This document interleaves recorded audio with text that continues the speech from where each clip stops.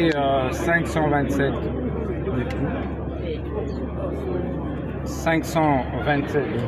condamnés, mais qui sont rentrés dans des conditions de libération conditionnelle, conformément à la loi sur les régimes pénitentiaires. Quelles sont ces conditions? Écoutez, il faut s'être bien comporté pendant le temps de l'incarcération, mais il faut également avoir purgé un certain nombre d'années de la peine. Ça veut dire que c'est le quart de la peine qui doit avoir été purgé avant de pouvoir bénéficier de la libération conditionnelle. Vous avez dit priorité aux détenus victimes de l'injustice. Non, mais écoutez, c'est tous ceux qui rentrent dans les conditions légales. Ça veut dire qu'il y a des cas qui sont exclus de la libération conditionnelle. Entre autres, ceux qui ont été condamnés pour détournement des deniers publics, à ce stade, ceux qui ont été condamnés pour viol et bien d'autres infractions.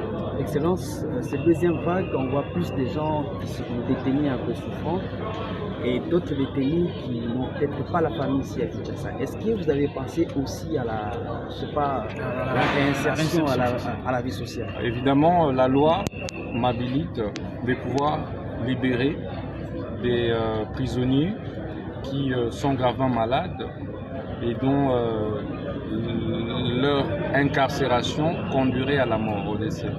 La loi nous en donne la latitude. Quelles sont vos limites, Excellence?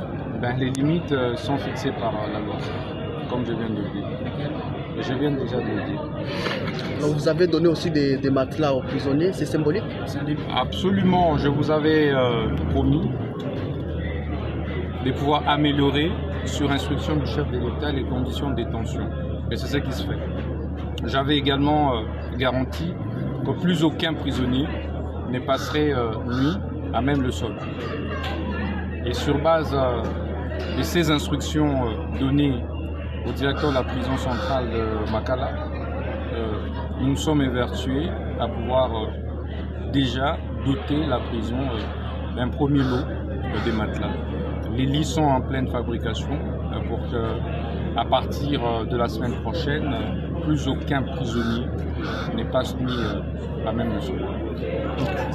Et pendant ce temps, il y a réhabilitation en cours du centre de santé de la prison. Il y a des pavillons qui sont également en train d'être réhabilités. Et donc la projection pour nous est de pouvoir d'abord totalement désengorger, de la moitié comme je l'avais annoncé, c'est cela l'ambition, et puis réhabiliter de fond en comble la prison. Ceci nous permet en même temps de lancer la construction d'une autre prison à Nzélé, à Maluku, là où j'avais déjà été visiter les lieux. Merci. C'est moi, je vous remercie.